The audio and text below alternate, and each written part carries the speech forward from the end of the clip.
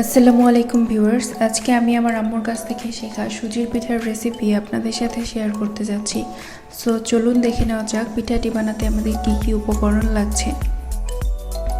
সুজির পিঠা বানাতে লাগবে প্রয়োজন মতো চিনি, সুজি, দারুচিনি, তেজপাতা, সাদা এলাচ, প্রয়োজন অনুযায়ী ডিম, লবণ এবং হাফ লিটার পরিমাণ গরুর দুধ।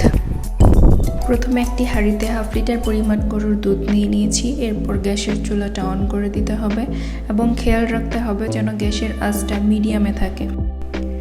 এরপর যখন দুধ আস্তে আস্তে গরম হতে শুরু করবে তখন এটা হালকা নেড়ে চেড়ে দিতে হবে যাতে দুধের ওপর সর না জমে যায়।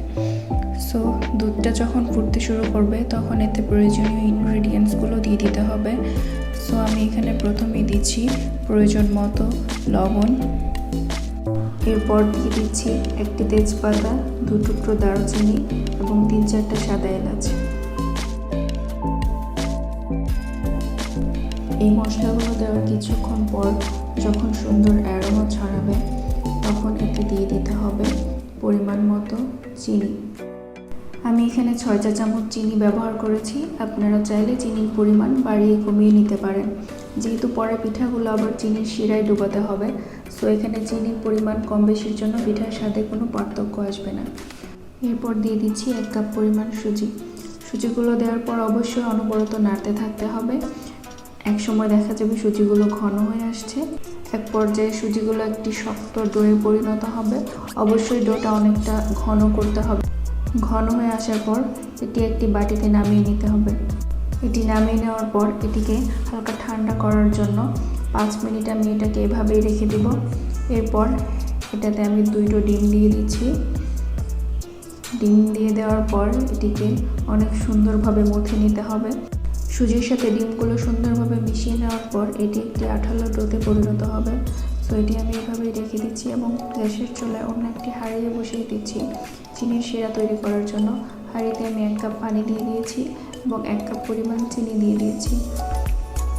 এরপর অনবরত নাড়তে থাকতে হবে যাতে চিনিগুলো পানির সাথে গলে যায়।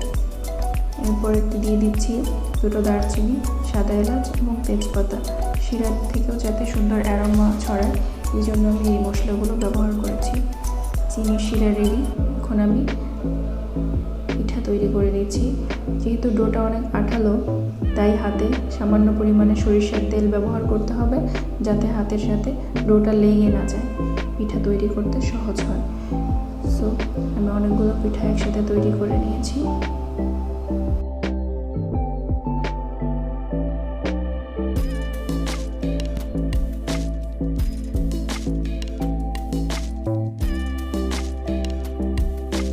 এরপর চুলায় আমি একটি কড়াই বসিয়ে নিয়েছি এবং এতে পরিমাণ মতো তেল দিয়ে দিয়েছি পিঠাগুলো সুন্দরভাবে ভেজে নেওয়ার জন্য।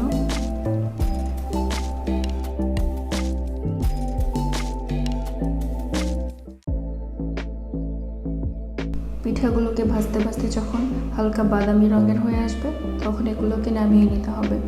আমার পিঠাগুলো অনেক সুন্দরভাবে রেডি। সো আমি এগুলোকে একটি বাটিতে নামিয়ে নিচ্ছি। পিঠাগুলোকে নামিয়ে নেওয়ার পর চিনির শিরাতে পিঠাগুলোকে ডুবিয়ে দিতে হবে।